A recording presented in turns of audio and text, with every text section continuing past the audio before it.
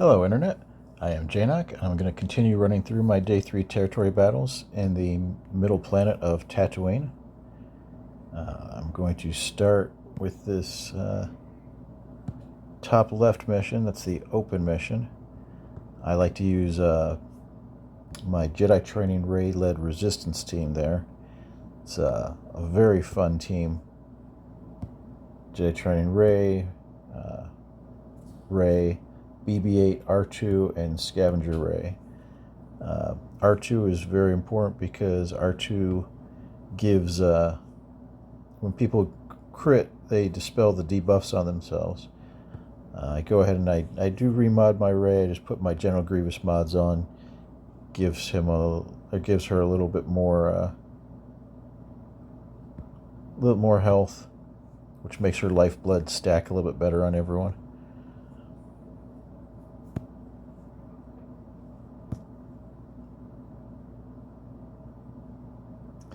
Alright, the Jedi Training Ray lead is really nice here too, because it exposes and gives you a lot more turn meter control on the enemy team.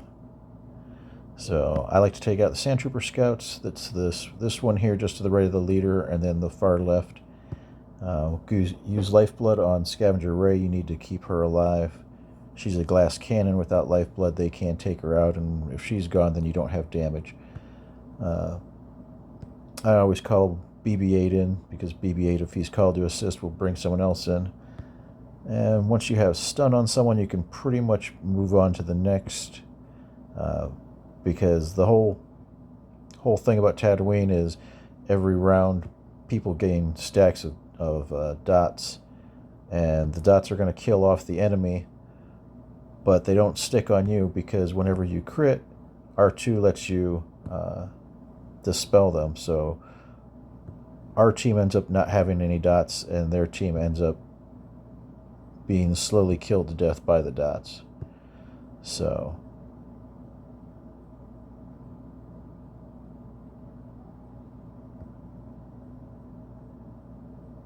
I'm going to do a basic here, no reasons. Okay, so now he's got enough dots that he's going to die next round, so I'm going to leave him alone. I'll go after the Sand Trooper Commander, who's their healer. Alright, so this guy came out of stealth. So we're going to do enough damage on him so that he dies next round. Or, once we get the invis stuck on him, that's good enough too. That's a death sentence. Stormtrooper Commander's going to die from dots next round. He's going to die next time he takes a turn. And he's going to die. If you're not familiar with how dots work, each stack of dots does 5% damage. So if they have at least 10 stacks, that's 50% damage. And when you transition to yellow health, that means you're at 50% health. So if they have at least 10 stacks and they're in the yellow, that means they're going to die next time they take a turn.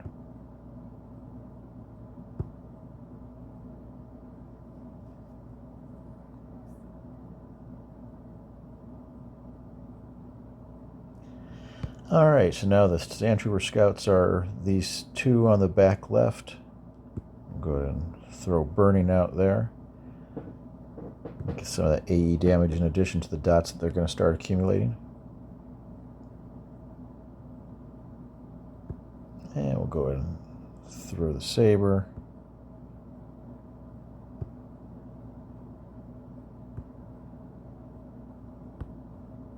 See if we can get a stun over here. We did. So, like I said, once you have a stun, I generally tend to move on to the next target.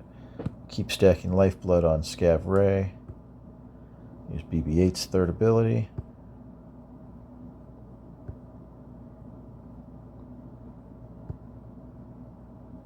Alright, got the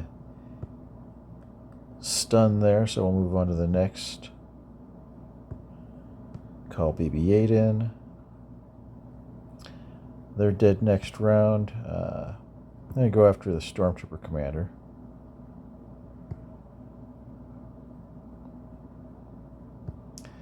And Stormtrooper Commander is dead next round. So we'll go after Imperial Officer, who's the only person who is currently not stunned who isn't a dead man walking.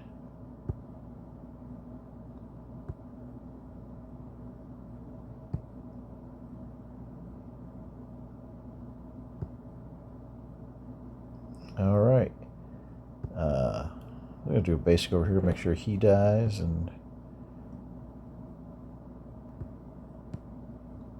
both of these people should be dead now. Just a matter of whether they're going to die from taking a turn or nope, damage from our scavenger ray there.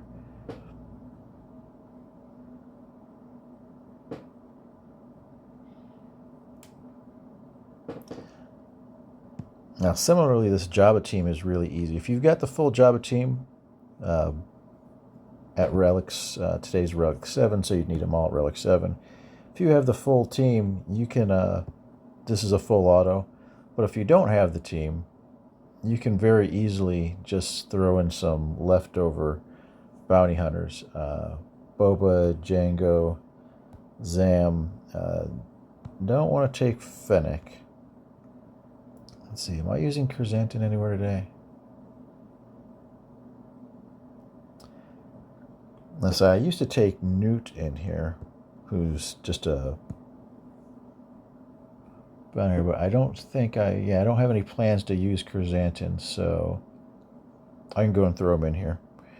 But instead of going full auto on this team, all you have to do is full auto basic.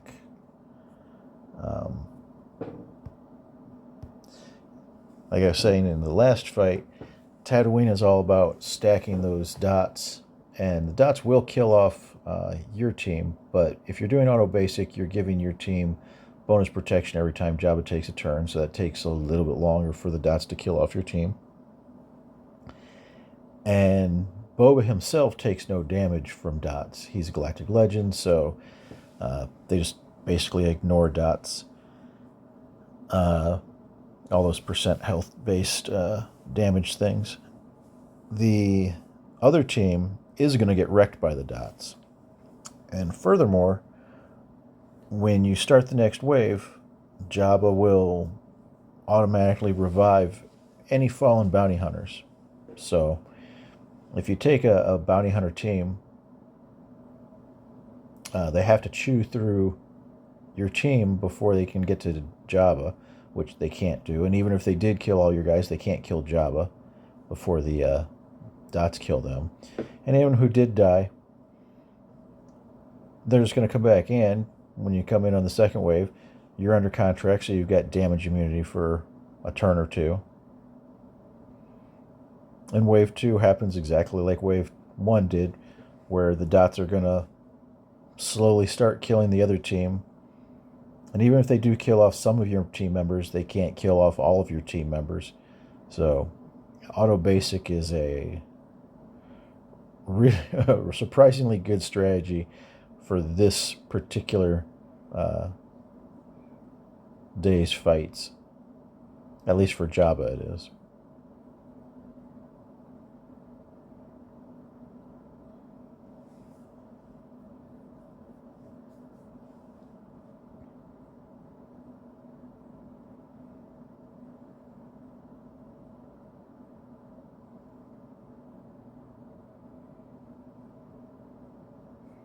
All right, nice and easy.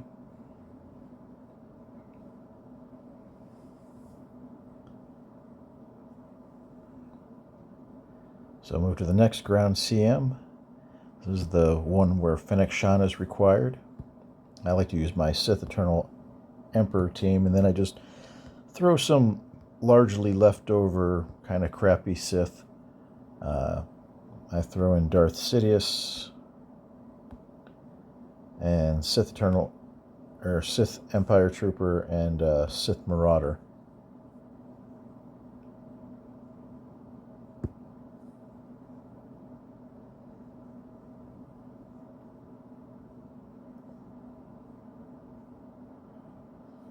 And I link one of the Raiders and the Tusken Shaman.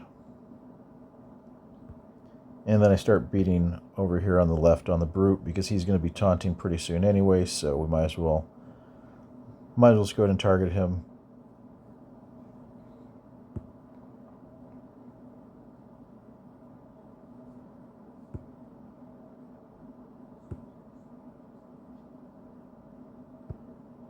Get a little more protection up for our team.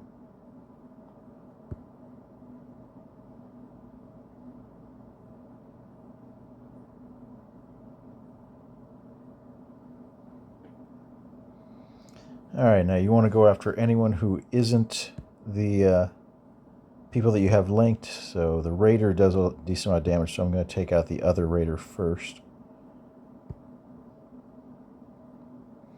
And then we'll go after the elder here.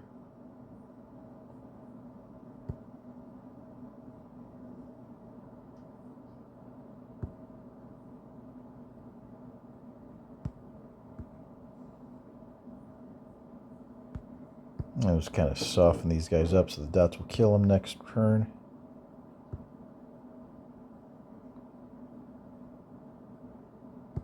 Yeah, let's do a basic. And wave 2, you're doing the same thing. You're going to link one of the raiders.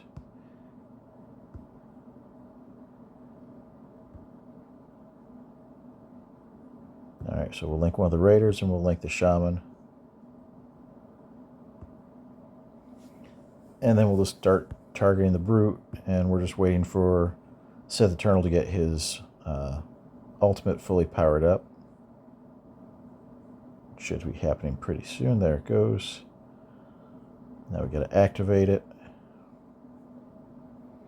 And then his next turn he can kill both of those linked people.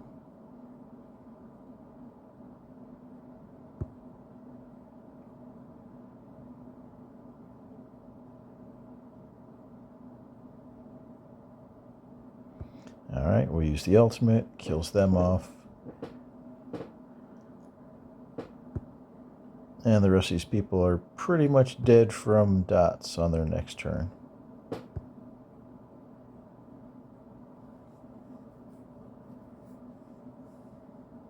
Nice consistent win, doesn't really require any like special characters other than Sith Eternal himself. And of course Fennec. Alright, so we will start doing... Oh, actually we'll go ahead and do the fleet. We'll save the special missions for last. So this one requires Executor. Get your bounty hunters. I've got my Razor Crest in operations, so I'm going to be going with Punishing 1 and Xanadu as my starting lineup. And then IG-2000 and Slave 1. Cargo ship. Next one is Ebon Hawk. He's a cargo ship, and then Imperial TIE Bomber. This is pretty much my standard Executor lineup for almost every fleet. If I have Razor Crest, I normally bring him in my reinforcements, and I rarely call him.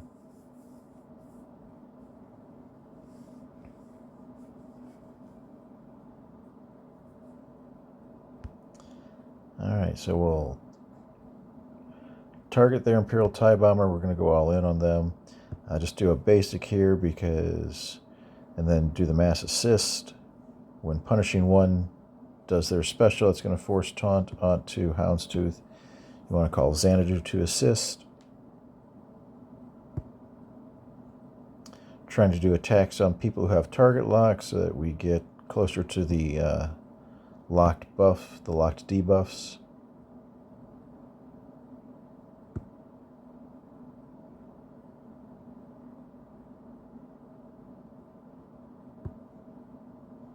Alright, so we need to get taunt up. So I am going to go ahead and use that third ability. I would have liked to have used a heal Xanadu, but I want to get that taunt up more.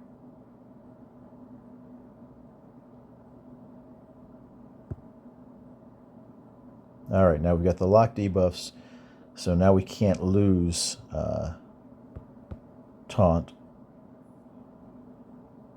I'm going to drop the bomb with Slave 1, see if we can't get him dead. We did. Alright. And we're going to call Xanadu. And that should do it.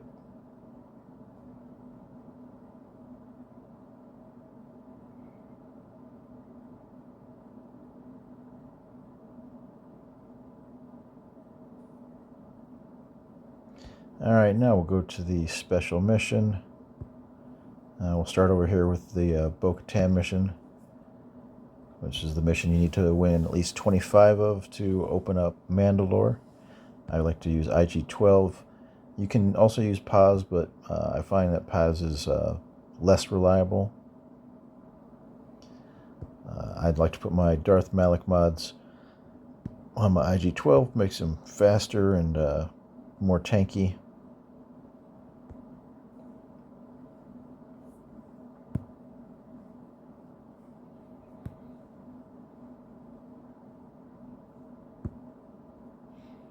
And the way I like to run this one is more of an aggressive stance. I like to use Whistling Birds on my Beskar Mando.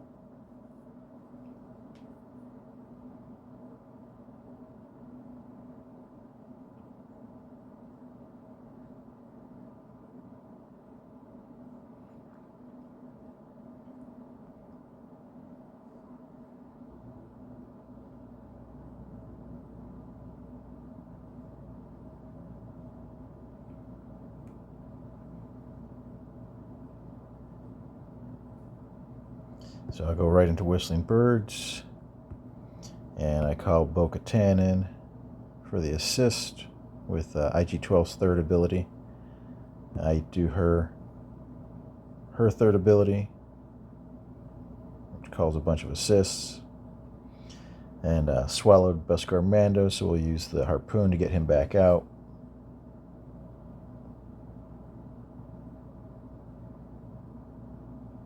Go and put an armor shred on. Oof. He died before he could even do the armor shred. Okay, that's interesting.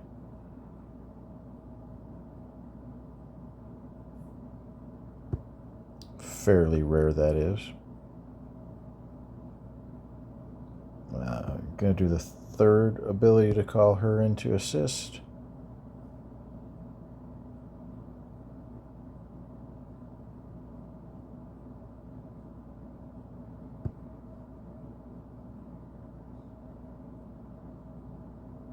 Alright, she should need one more attack, and that should be enough. So if they hadn't killed Beskar Mando, they got some lucky hits on him, and he died early. He doesn't normally die, but if he had gotten his Whistling Bird off, that would have been done a couple rounds earlier.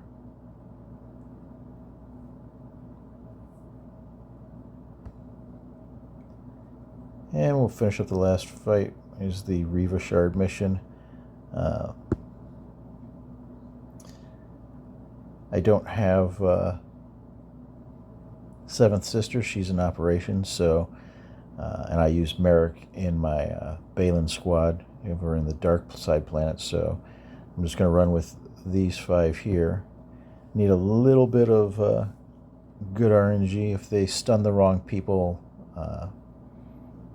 can make it so like it's hard to get through. Basically, you're just doing basics in this first round until you can until you get your 6 stacks of purge, like we do there, and then Grand Inquisitor gets his bonus turn. You can put torture on, and once you can put torture on, then everyone can do all of their AE attacks.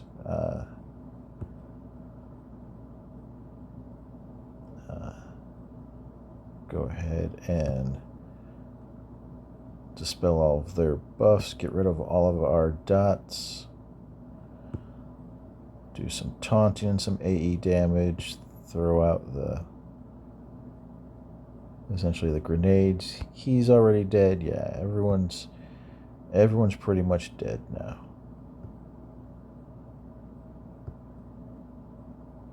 If you make it into the second wave with everyone still alive, it should be pretty easy.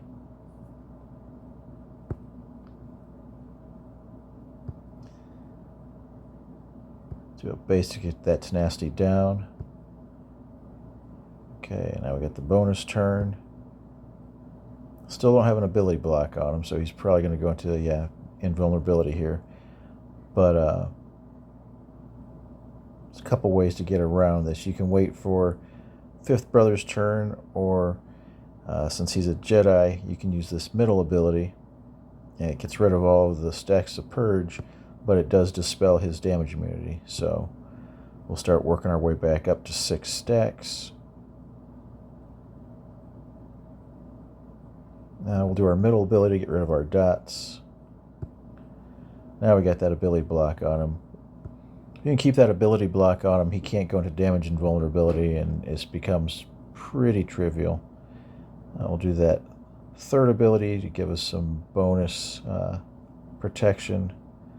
Put torture on him. And that should probably kill him off. Yep.